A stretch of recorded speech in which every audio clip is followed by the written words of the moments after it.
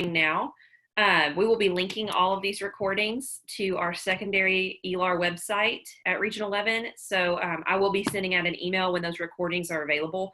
I did have some people emailing me earlier today asking that question. So just FYI, we are recording and we just started that. So I want to go ahead and introduce myself to any new friends. My name is Katie Deering. I'm the secondary ELAR instructional support person at the Service Center. And before this role, I actually feel like I skipped a couple of steps. I was a classroom teacher, so I taught mostly high school in my teaching career. I did have a tiny little stint where I taught third grade for a few years, and I taught preschool actually for 1 year, which was very frightening and not at all meant for my personality. So we just kind of pretend like that year didn't exist. We block that out pretty much. And I think that I feel very validated when I say this, because all of this learning from home, I have become a first grade learning facilitator. I don't want to say I'm a first grade teacher. I'm just facilitating. And I put this on Twitter the other day that I'm about to print out my resume and show it to my first grader because she doesn't seem to be too impressed with the feedback that I'm giving her for reading and writing. She's just like, "You're not Miss Gravitt, you don't know."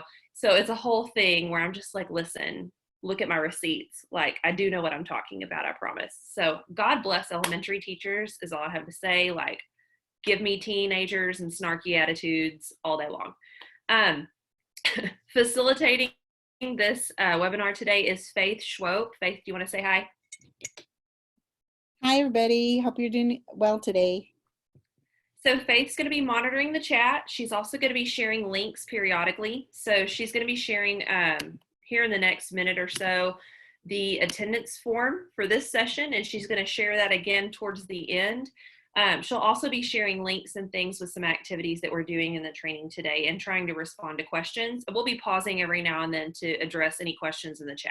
So let's just quickly talk about some Zoom webinar norms. Again, the more that you interact during these webinars, the more you're going to get out of it. I know it can be tempting to plug a webinar on and then go about and do all these other things, but we truly do want to engage with you. So if you will interact in the chat, make sure again that you've introduced yourself, that you're making those connections. If you recognize somebody from another webinar, feel free to say hi.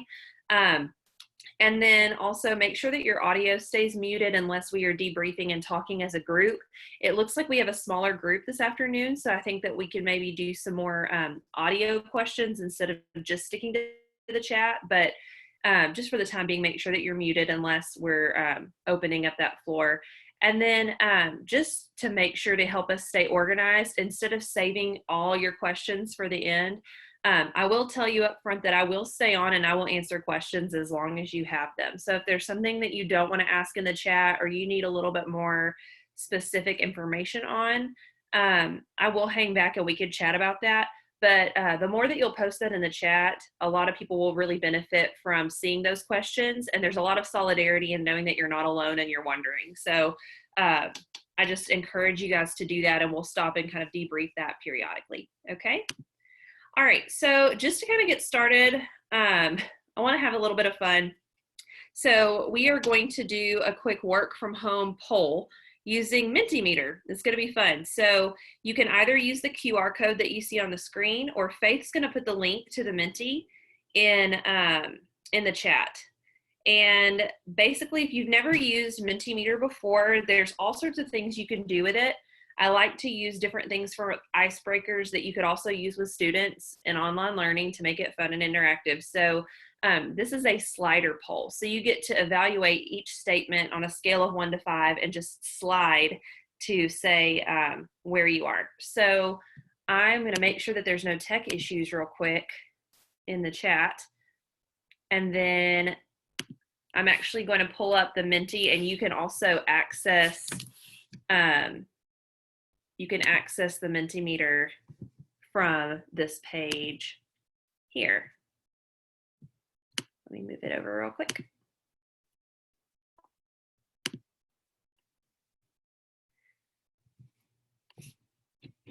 So if you see the code on top, if you haven't gotten in yet, you can go to www.menti.com. You can type in those 6 digits, no spaces, and then you will get to participate in our little slider poll real quick.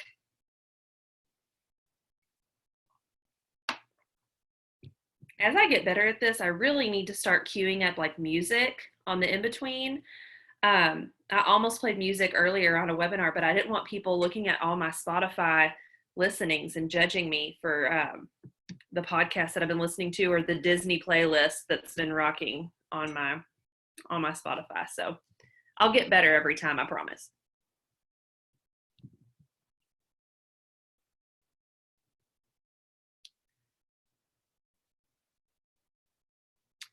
So I see that our statement so far that people are most strongly agreeing with is I miss people. I am an introvert, so that is something that a lot of times, like when people invite me places, I'll say, "Ooh, that sounds too people-y for me." I'm an outgoing introvert though, so I like being around people as long as there's an end in sight, and then I can get away from people and kind of decompress. But I miss just talking to people. I got to Zoom with a couple of former students that are now, I think, 20, and they're about to head back to college out of state and do some stuff for the summer. And I was just so excited to talk to somebody that wasn't one of my colleagues that I've been Zooming with. It just made me so excited to see a new face. Not that I don't love my colleagues, but just something different. It's so interesting how I've taken a lot of those for granted. I see about half of people, kind of the average responses about working from home forever.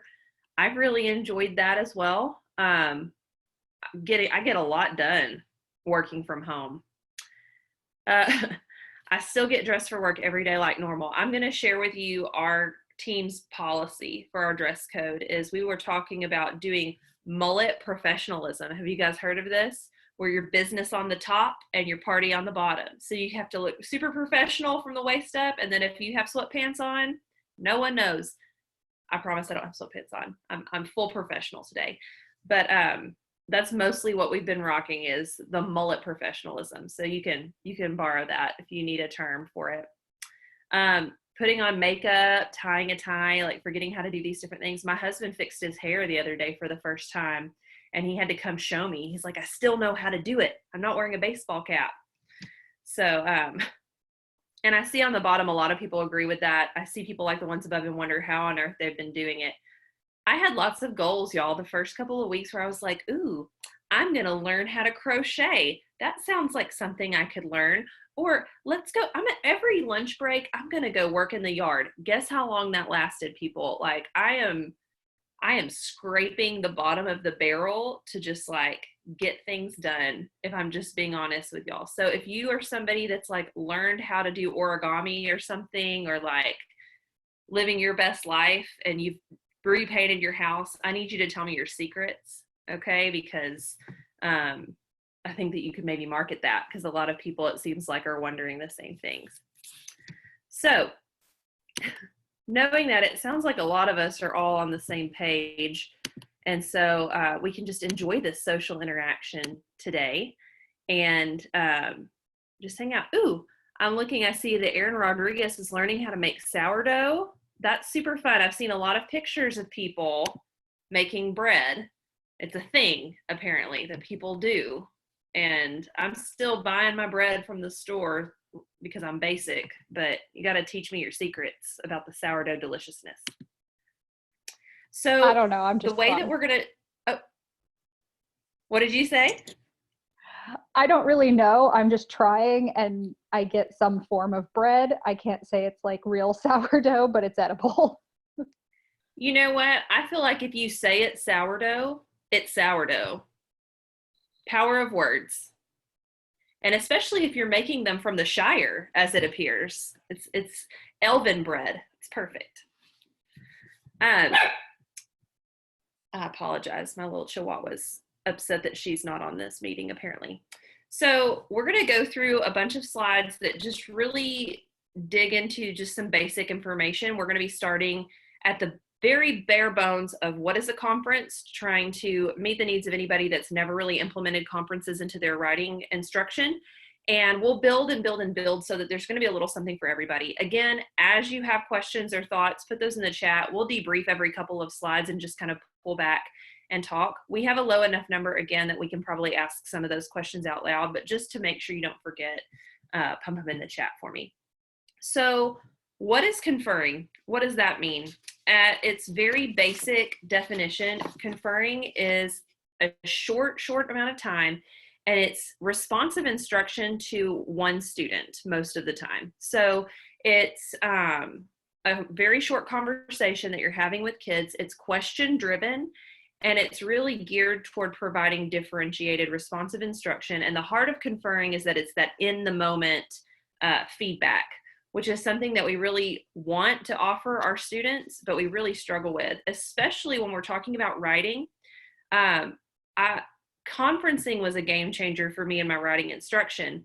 How many of us break our backs writing comments in the margins of papers or in a Google Doc, typing those comments, and we spend all of that time doing that, and then we hand those papers back and our kids take one look at it and then they throw it in the trash or they shove it in their backpack. And so all of that feedback that I gave really isn't impacting kids. And so we're constantly seeking ways to improve giving that feedback, and conferencing is really the way that I found that met that need the best. So what a typical conference looks like, if you're going to break down, okay, I'm with one student for 3 minutes, okay, what would I be doing during that time? So the first thing that you're going to do is you're going to do some research. And what does it mean when we're talking about doing some research with a student's writing? I'm going to be doing two things at the same time, okay? I'm going to be asking a student to talk to me a little bit about their writing, asking them questions. And while they're doing that, I'm going to be reading a little bit of their writing over their shoulder. We want to do our writing conferences while kids are practicing, so while they are writing, and we want to have that time set up so that we've increased our kids' writing stamina enough that they can write without stopping for, the goal would be 20 to 25 minutes, but at least 10, right? To give us some time to be working with students. So I'm going to do some research, and while I'm listening to the student and kind of reading a little bit over their shoulder, I'm going to try to find one thing to compliment them with. And something that I do with conferencing is I always interrupt my student to say, hey, can I stop you right there because I want to give you a compliment? Can I give you a compliment? Most kids, if you ask them, can I give you a compliment? They're not going to say no. Like, no, I don't want you to say nice words to me, please. They're going to say yes. And that's how I kind of also interrupt the ramblers that want to talk to you for 15 minutes. Hey, I love what you're saying. Can I interrupt you real quick to give you a compliment? And we want to make sure that that compliment is explicit. We don't want to say, wow, you're doing a great job writing. Keep it up, champ. Wow, look at that handwriting. We want to give good, targeted, explicit compliments. So you can compliment the idea, something about the idea. Wow, you're really describing that setting in detail when you're telling me, or I can really tell that you're passionate about what you're writing about based on even just the way you're talking to me right now. But we want to give them that targeted compliment. And we're also looking for one area of growth. So something that would be high leverage, not like a nitpicky thing, but something that if this student could do it well, it would really improve their writing and take it to the next level. Okay. So when we think about what that teach point might be, I'm really not going to spend a lot of energy with students on spelling and on punctuation unless it's directly impacting the meaning of the work, because there are tools that students can independently access that can help them work through that. And are those things important? Sure. Is it going to drastically raise the lever of their writing ability? Not really. So I can do that every now and then, but I'm really looking for high leverage things that are going to improve their technique.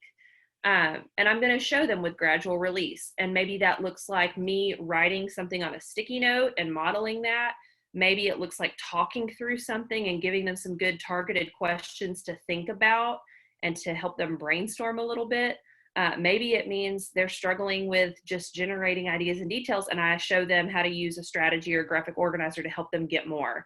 But whatever it is, I'm showing them, I'm modeling it, and then I'm trying to link it to that writing so that when I walk away, they're going to keep doing that, that action, and they're going to be able to use that conference. Okay.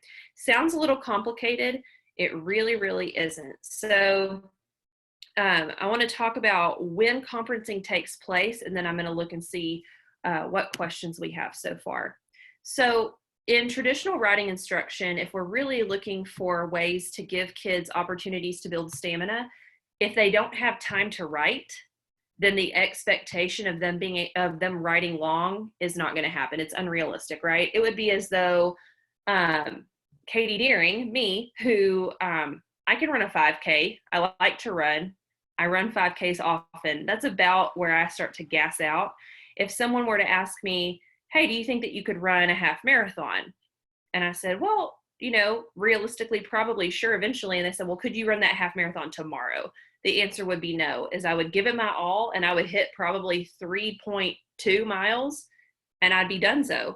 And so when we think about our students writing, if they can only write for 5 minutes without getting distracted or without even just like the hand cramping, the physical fatigue of it, then when they have to do things like EOC testing and they're writing long, or even just thinking about college and beyond when they're writing multiple pages and multiple drafts, we want to give them opportunities to have that stamina built up. So we need to have that done in class, because if they're not writing in class, the likelihood of them getting steam and building that up at home is really not likely.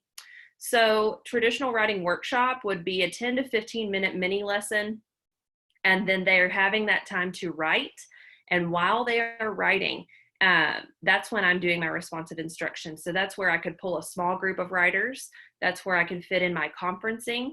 And the beautiful thing about that, when we think about time, is I'm really saving myself time in the long run, because by the time they ever turn anything into me and finally publish something that I'm going to be grading, I will have put eyes on all of these pieces at least one time, and I'm not going to have to reintroduce myself to a new idea or thought.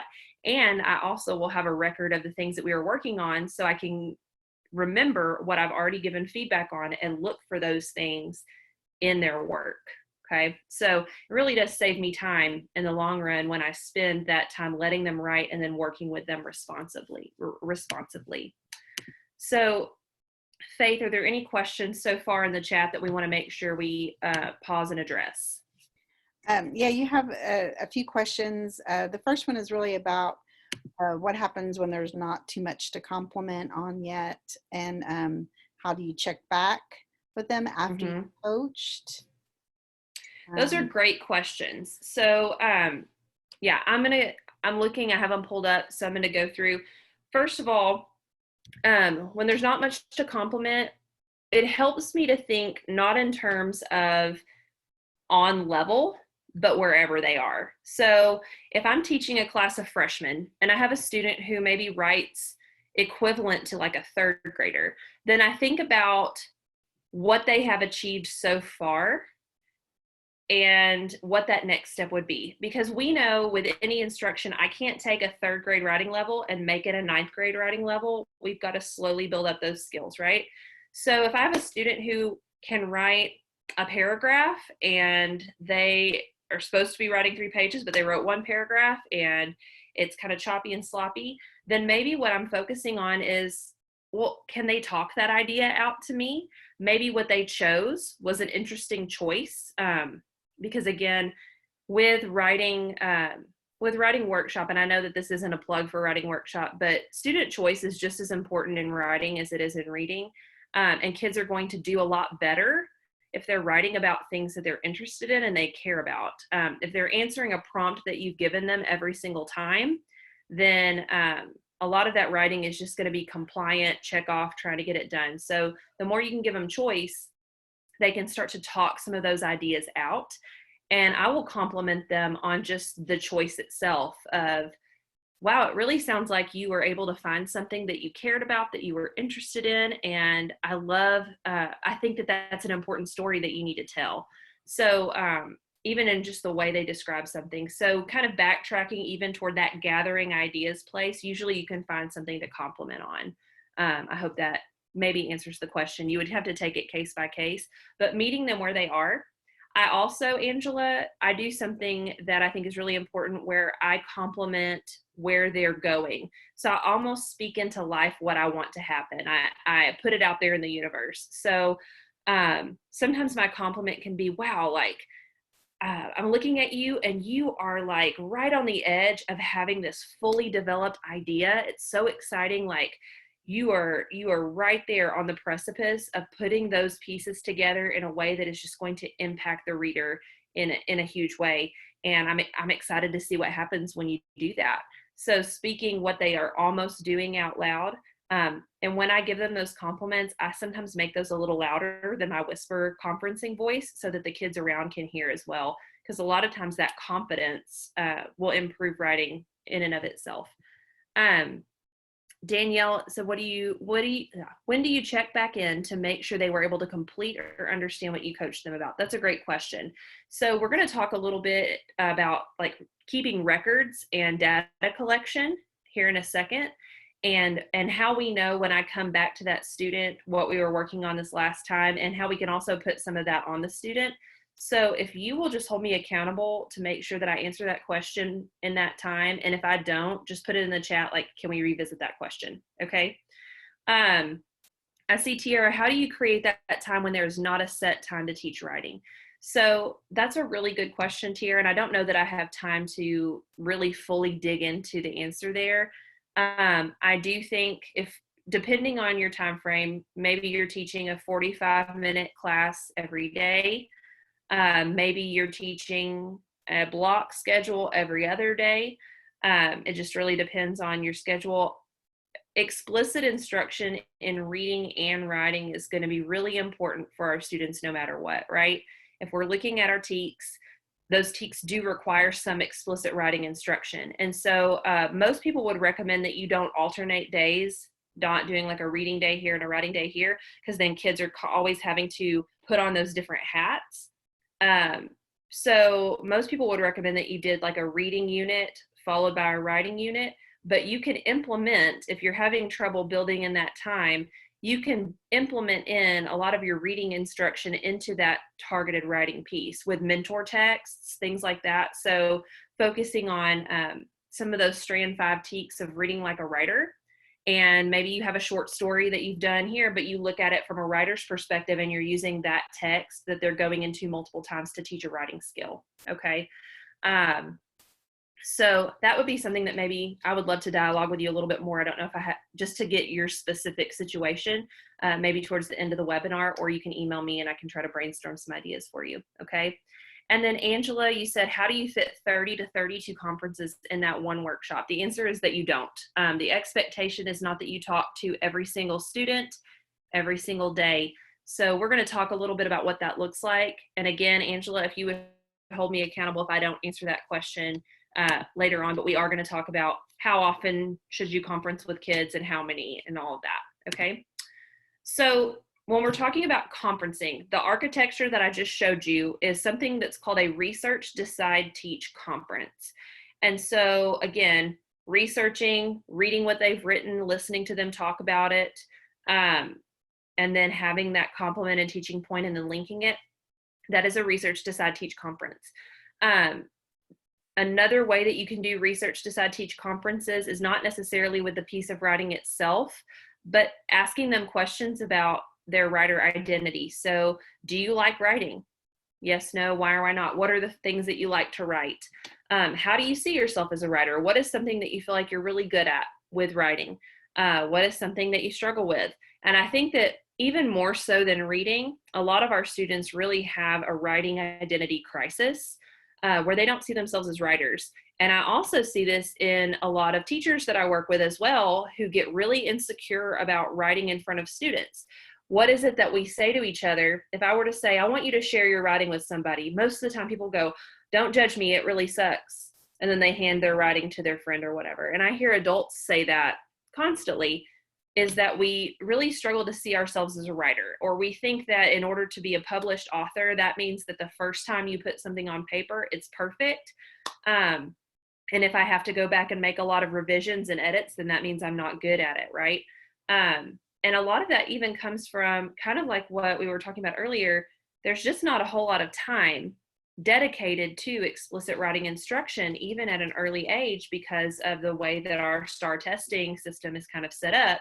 If kids are only writing in 4th grade and 7th grade and they're not receiving any of that instruction, then think about all the deficits that they're coming to you with, right? So those kind of writerly identity and writerly life, good habits, like what good writers do, those are good Research Decide Teach conferences to have to help them see themselves as writers and kind of help you see where their interest level lies and where we can find an end to get them plugged into writing. One of my favorite types of conferences is a compliment conference, which is only a couple of minutes, and it sounds easy, but a lot of times it's really difficult. And it's where you go and you talk to a student, either getting them to share their idea, reading a little bit of what they've written, doing some of that research piece. You give a specific compliment and you walk away. You don't give a teaching point. You make no corrections. And as teachers, that's hard for us to turn that helping part off of our brain. We want to, hey, let me just fix this real quick. When you see 18 misspellings, like, we just want to fix it. And so compliment conferences serve a great purpose in getting kids to feel confident that you're not going to rip them up with their writing, especially our kids that are used to seeing just the red ink all over the page, and building up that confidence for them to be encouraged to share their writing with their peers and to really be candid in what they're struggling with you. So if you see on that bottom bullet, it says other. These are just some things that as the year progresses forward, types of conferences that you might be able to implement. Compliment and Research Decide Teach are really the main two.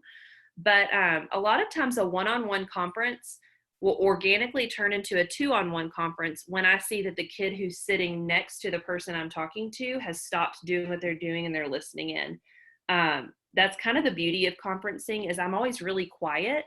But if other kids are listening in on that conference, then they're hearing that instruction as well. And that's kind of saving me time. So sometimes I'll be like, oh, hey, Lisa, like, yeah, why don't you go ahead and join us? We can both talk about that together. So I will sometimes recognize that little eavesdrop and I'll pull them in to the two-on-one.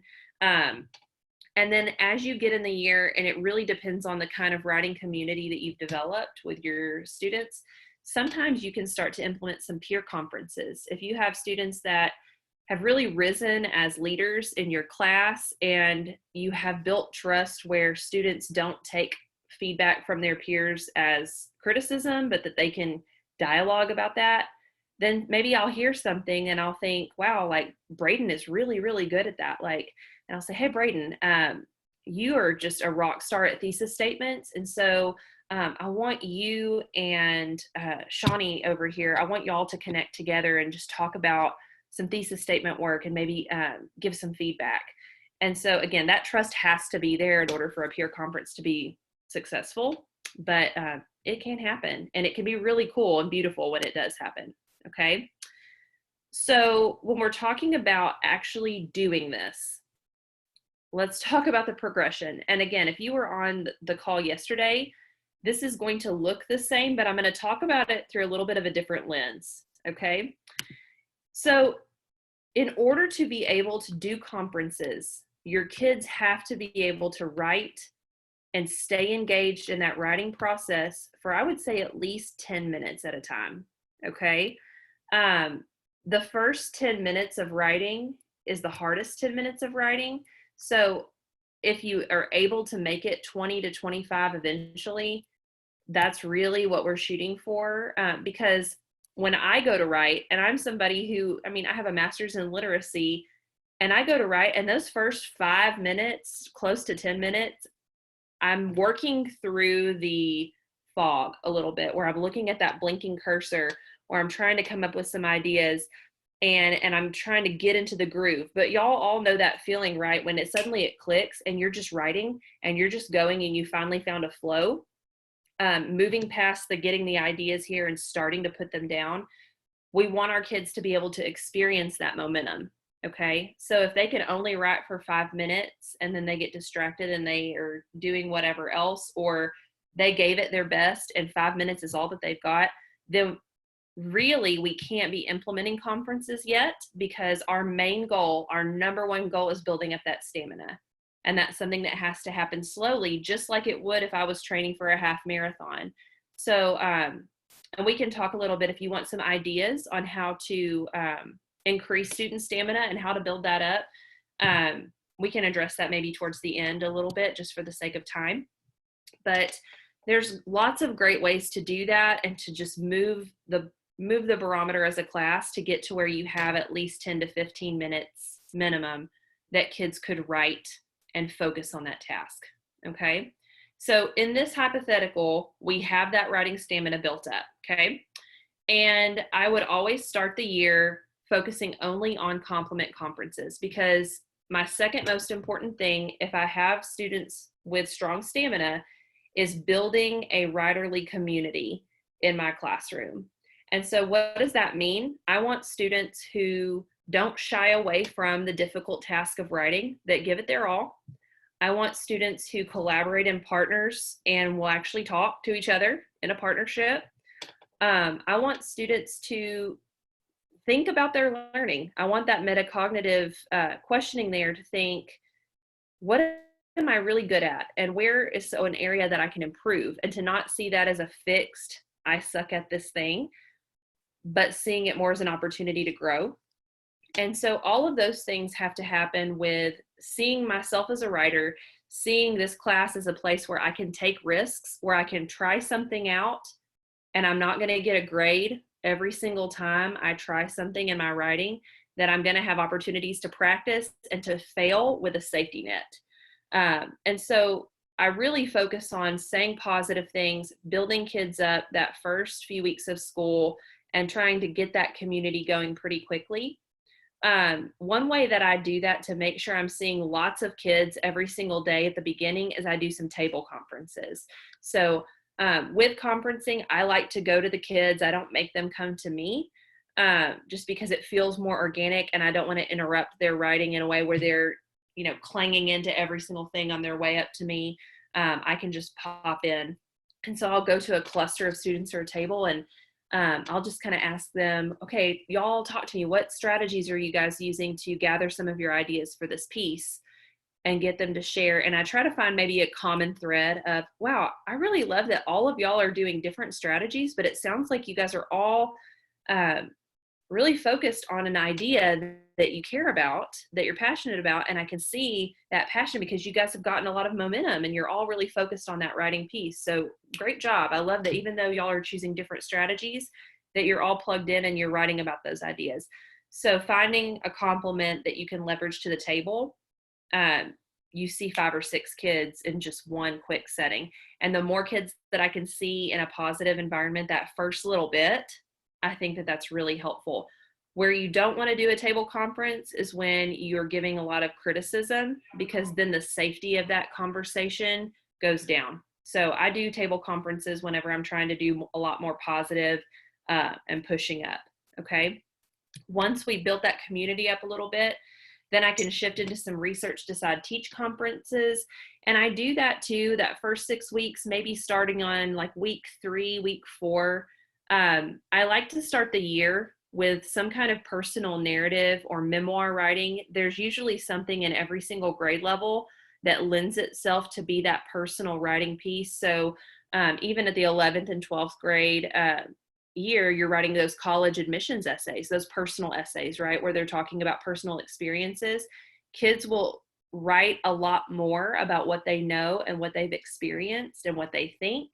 And a lot of the skills that you can work with them on from a personal narrative or a memoir or personal essay, those will translate really easily into literary analysis, or even serving as like anecdotes for an informational text, something like that. So I like to do something personal at the beginning of the year because it gets that confidence up. Yes, I am a writer. Yes, I can talk about this, and I can use these skills in other genres. Okay.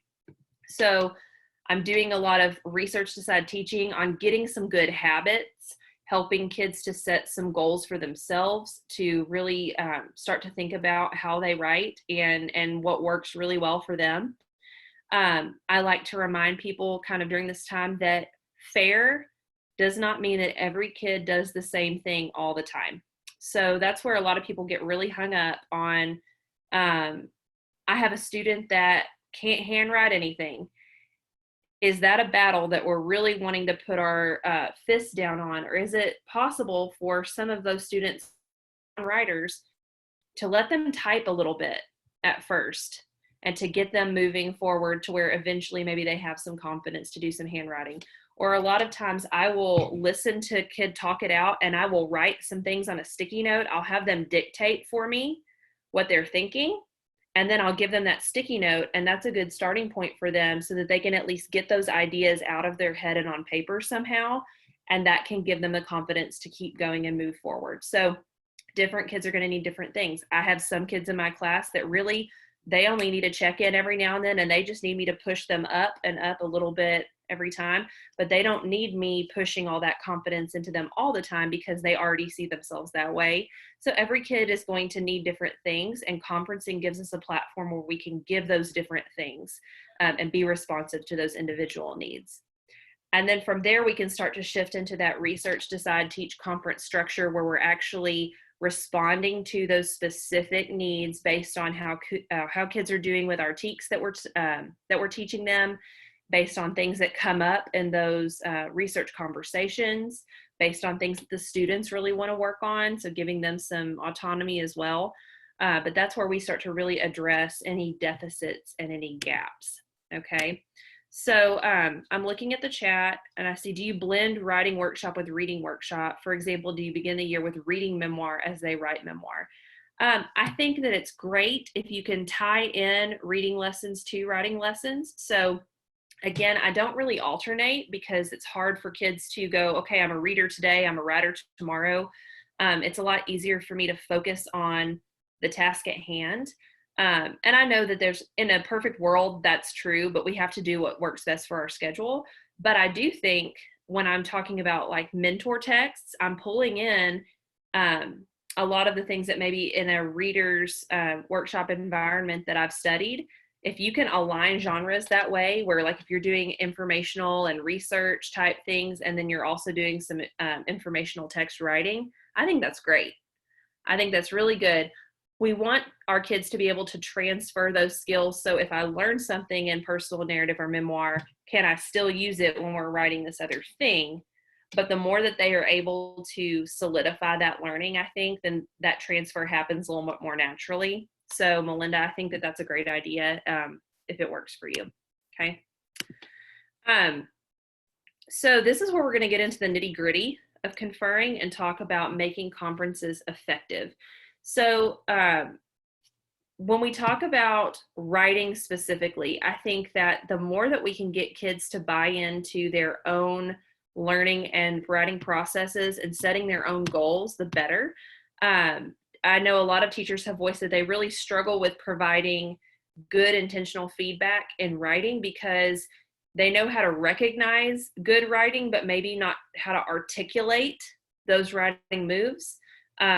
I will be candid and honest with you that I was always a really good writer in high school, and even in my bachelor's program, I got A's, and I couldn't tell you what I was doing.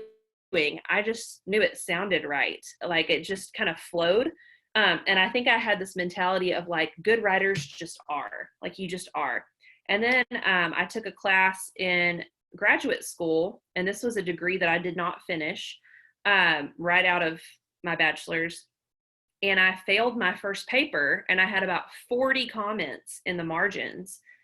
And I wanted to drop the class that day because I mean, as somebody who is a reader, I think I mimicked a lot of those author moves in my writing, but I never knew why. Like I couldn't have told you why I started a sentence this way, or why I used an adverbial clause here, or why I used a certain punctuation. And so I know that's an insecurity that a lot of teachers have of, I can't tell you why this would work. I just know it does.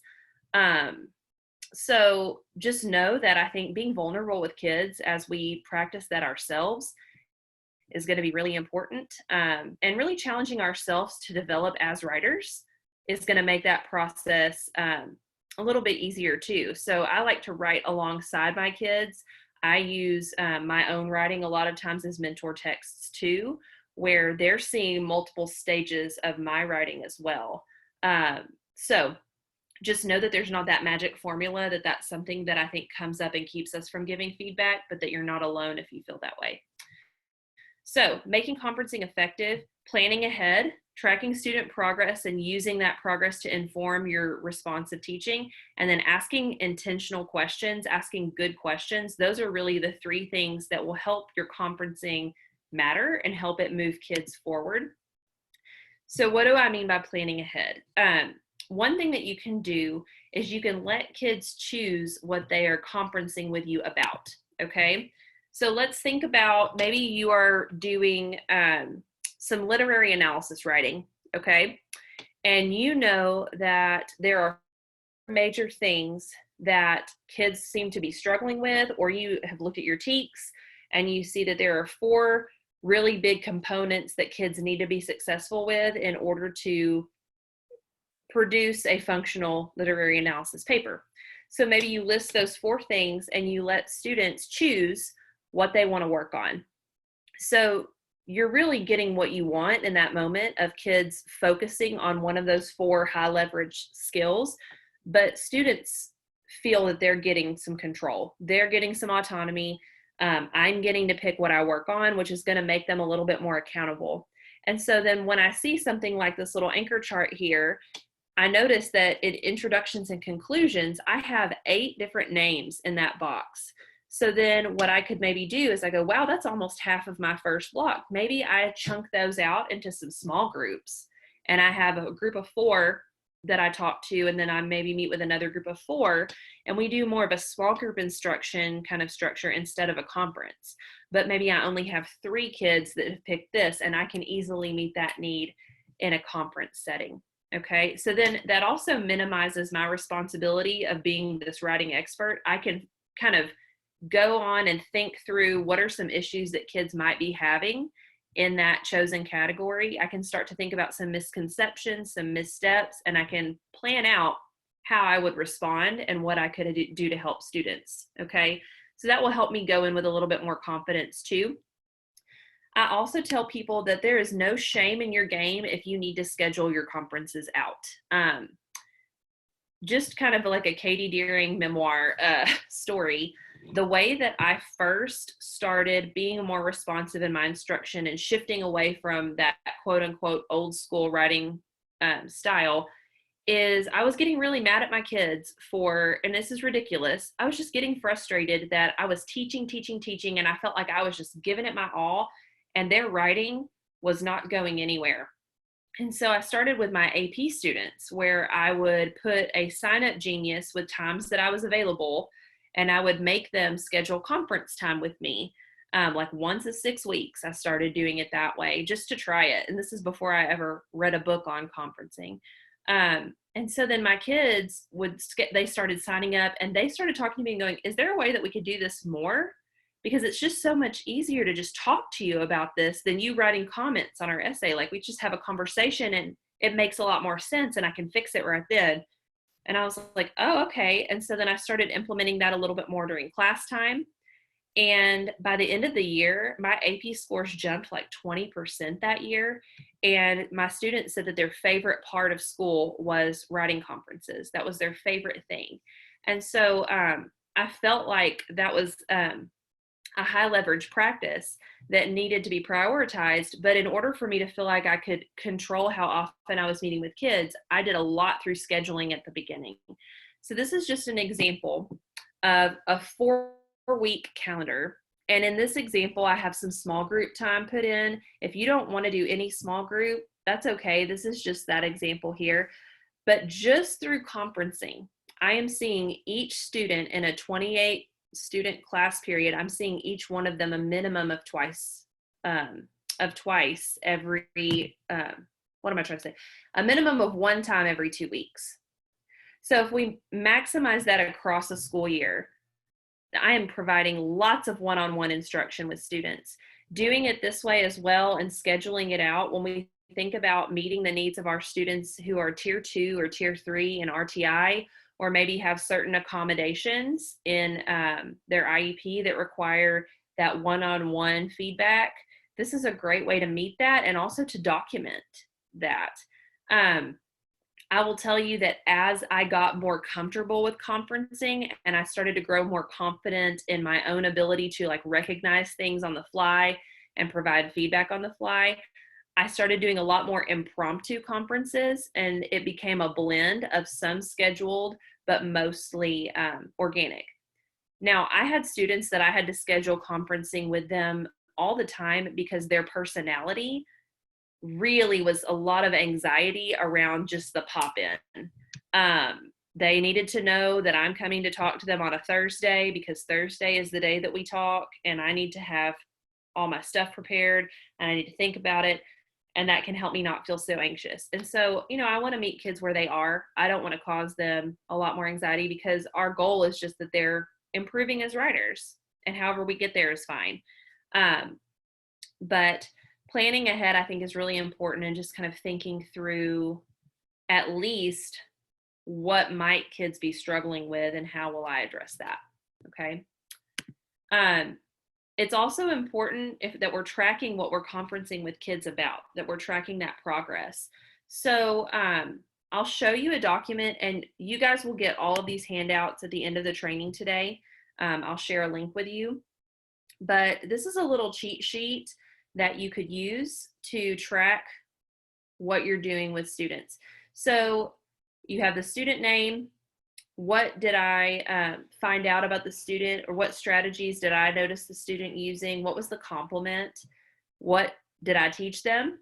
And then what's next? So when we're thinking about, once they've mastered that teaching point, I can go ahead and start thinking through what would be some things that maybe we want to work on in the future. And so even though this sheet says student 1, student 2, I will tell you what I did that I thought was a little bit more effective is I had a bucket in my classroom, and I had one clipboard per class period, and I would give one of these papers per student. So that way I could see at a glance that, oh wow, I've only met with Faith twice, and I've been meeting with Erin, I've met with her 6 times, and so that's not really fair. And I can also see at a glance, oh, we've been working on the same thing every time, and we're not really showing growth. So maybe there's a way that I can tackle it a different way, instead of always being surprised by, oh yeah, you were working on that, huh? I think that also encouraging kids to set something like this up in their writer's notebooks in the back, so that they can also track the feedback that you give. I'm a big sticky note person, especially with writing conferences where I'm always carrying around a little sticky note pad. And I like to make like a quick little anchor chart for them when I'm giving them feedback. If I've taught them a strategy, I'll write like little bullet points and I'll give it to the kid. And so if they have something in their writer's notebook set up where they could even put that sticky note in there and make a note about what they're working on, then that becomes a tool that they can use every time that they forget. Okay. So just really, you have to make it where it works for you. If you want to track things digitally, I'm not going to open it up, but Google Keep is a good online database for conferencing, or just for anything. I like to take pictures of kids writing, or if I see like this kid made a really cool sketch map for gathering ideas, I'll snap a picture of that. I'll snap a picture of writing progresses, and you can label those things as different class periods, as different students. You could label it under the TEAC or under the skill. And so when you're thinking about true assessment and assessing mastery, I have some of those student samples that then I can show either like during PLC time and planning when we're brainstorming together what we can do, or even just to bring to parent conferences, or even showing students their improvement, right? Hey, you did this 6 weeks ago, look here, and now let's look at how you've grown. So those are some ways to maybe capture some artifacts. Let's see, questions so far. I see, how do you balance the 2 types of workshop if you're separating? So it just, Melinda, I would really have to know your schedule to be able to answer that question. I really tried to plan. I've taught on both a 45-minute daily and an hour-and-a-half block. And so I would look at my 6 weeks at a glance. I would look at all the things, and then I would just try to divide up 2 weeks here, a week and a half here, 2 weeks here. And there would be some days that I would have to blend those things together just to have time to fit it all in. But I tried to at least keep some of those writing days together so that those ideas didn't vaporize into thin air. Okay, so I can talk to you a little bit more about that in detail if you want at the end or later. And then I'm looking, Tyler asks, for schools or districts considering a blended approach to ELAR, how do you anticipate utilizing virtual writing conferences to monitor student progress? Google Docs, how can we support RTI remotely? That is a fantastic question. So the blessing of technology really is that responsive instruction is not that difficult to set up. So Tyler, you referenced Google Docs. Google Docs is a great way to leave that targeted feedback. You can go on at your convenience and put some different comments in. I would avoid overloading, especially in a virtual environment. You want to put one targeted compliment and one thing that you really want to help them improve with, not 40 comments on a Google Doc.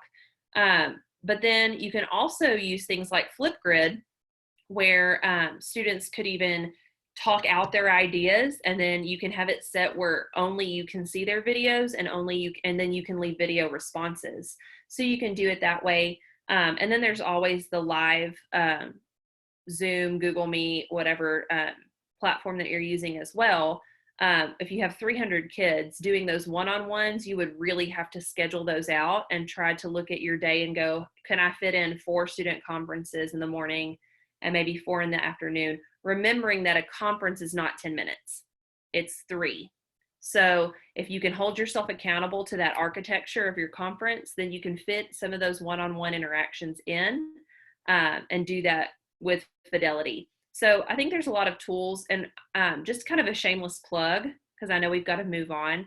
I'm doing a 6-hour CPE session in July on ELAR instruction in a blended learning environment. And so we're going to be taking all of the bare bones of what is really good ELAR instruction, and then what has to happen face-to-face, what can happen virtually, and then what do we do when everything's virtual? How do some of those best practices translate over? And so things like reader-writer conferences and small group, that's going to be part of that training to see how can we do that in a way that grows students, where we're not just assigning stuff online and we're teaching with fidelity. So if you want more information about that, let me know, and I can hook you up there too, okay? The heart of conferencing, and I would say probably the most difficult part, is asking good questions, asking intentional questions. So I said this yesterday in our reading conference webinar, if conferencing is a car, questioning is the steering wheel and student responses are the pedal. So a good measure of whether or not I'm doing a good job in my conference is how much am I talking versus how much are kids talking. I should really just be asking questions and trying to reiterate some of the things I'm hearing until I get to that teaching point. And then that teaching point is quick because I want to give students opportunities to ask questions and to practice. So intentional questioning, what does that look like?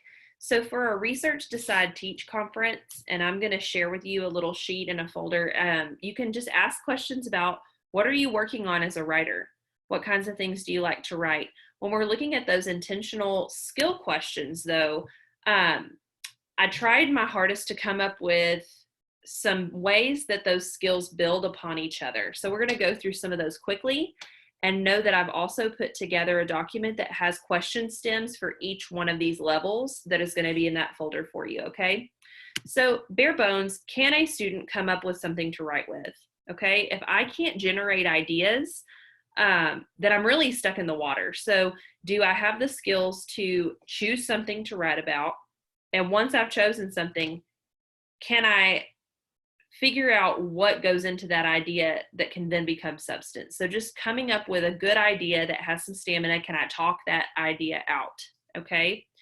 Once I'm able to do that, there comes that building writing stamina skill. If I don't have any writing stamina, then I really can't do a whole lot of advanced craft moves and be able to go in and make those revision choices if I can't just get the words down on paper.